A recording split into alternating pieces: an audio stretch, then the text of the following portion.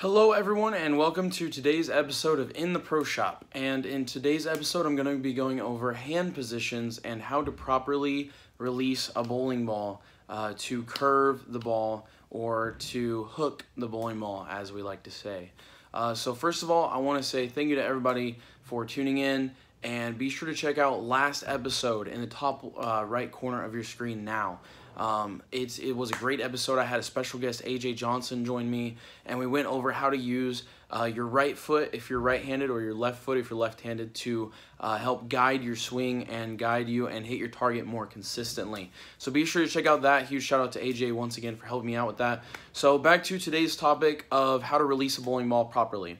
So in today's episode, I'm going to be showing you how to use this thing right here. That's right, the wrist. And how to use it effectively whenever you want to release a bowling ball. So there's a couple things that I need to go over really quickly. So one of them is rotation. So there's something called axis rotation. So imagine a bowling ball going down the lane, and if it's spinning sideways going towards the pins like this, then that means that it has a lot of rotation. And if it's going end over end like this straight towards the pins, then it has very little rotation, has no rotation on it. And so that's how we gauge axis rotation. So I'm going to show you a couple shots of using low rotation, medium rotation, and high rotation whenever you're releasing a bowling ball. Now something else is axis tilt. So axis tilt is the amount of the bowling ball that you cover whenever you throw it, whenever it goes down the lane. How much of the bowling ball cover stock is touches the lane while it's going down there, how many times it is spinning, and it has a couple of factors going into it. And if you want to check out a great way of learning more about that or seeing it in action, then check out my video here in the top right of your screen now for how to lay or how to find your PAP. Because your PAP has a lot to do with these two things, which your PAP stands for positive axis point, and that is exactly where that your ball spins around. So imagine a wheel and an axle. So the axle is the thing connected to the wheel, and imagine that this is your bowling ball and it has an axle, and so what it's spinning around is your PAP. So it basically spins around that spot whenever you let it go. And that is where your PAP is, and that's how we determine how to lay out a bowling ball for you.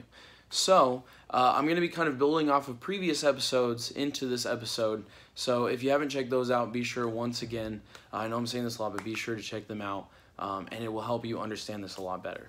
And so, like I said, the first thing I'm going to do is go over rotation and then show you my level of tilt as a bowler, because tilt is something that's very difficult for people to change, although it is possible. It is pretty difficult, and so I'll just kind of briefly go over what my tilt is and how that we measure that.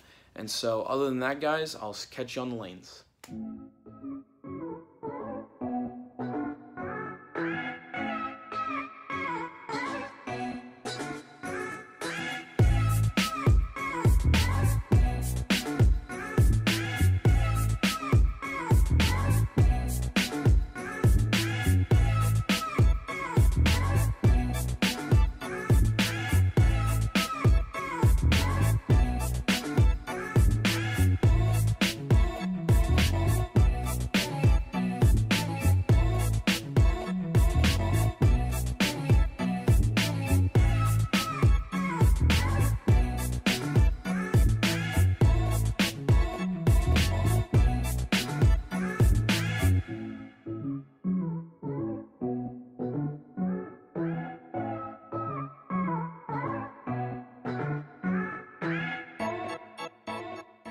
Alrighty guys, so for today's conclusion, I'm going to be going over my tilt as a bowler.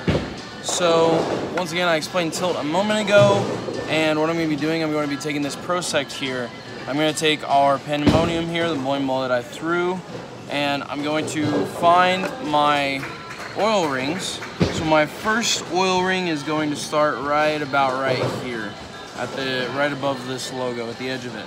So what I do is, I take the Prosect, I stick it right here, measure up that 6 on that line, and I take the Prosect and I measure all the way over until I hit the other oil line, and that is where I get 12 inches, because I'm going from 6 to 6. So my other oil line is right here at this finger, right at the 6.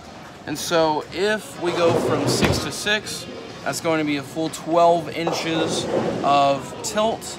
And I am a very considered medium player as far as rotation goes as well. So what you saw in the medium range was how that I would normally throw the ball. So then to explain the tilt, I'm going to kind of go over a little chart. So I'll go ahead and put that chart on the screen now. That is a chart from Mo Pinnell and his video explaining axis tilt. Mo works for Radical Bowling, the bowling ball company that Brunswick owns. And so he put together a little chart explaining the correlation between the inches of tilt that you get, as I showed you how to measure, and the degrees. So as we see, my 12 inches of tilt correlates right there. So the more inches of tilt that you have, the lower the degree is, because they are negatively related.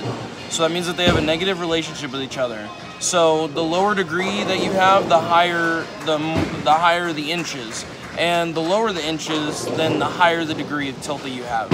So I hope that explains a lot about tilt and rotation, and how to utilize different releases. So to quickly explain the difference between the three, as you saw in the video, the low rotation went really far and really straight. The medium rotation was nice and balanced. And then the high rotation, the last one, skidded a lot and then took off at the end and hooked in a lot more. More like a hockey stick type motion. Whereas the first one, the low rotation, was very banana shape, and then it was in between on the second one with the medium rotation, which is how that I normally throw the ball. So we had those three. I hope that they were compared very well for you guys. I appreciate you tuning in, and be sure to check back next Saturday for the next episode in this series. Be sure to subscribe below as well. Hit that bell for notifications to get notifications for when I upload my next video. Leave a comment below if you have a topic that you'd like me to go over in this series, and be sure to leave a like as well. So thank you, everybody. Have a great day.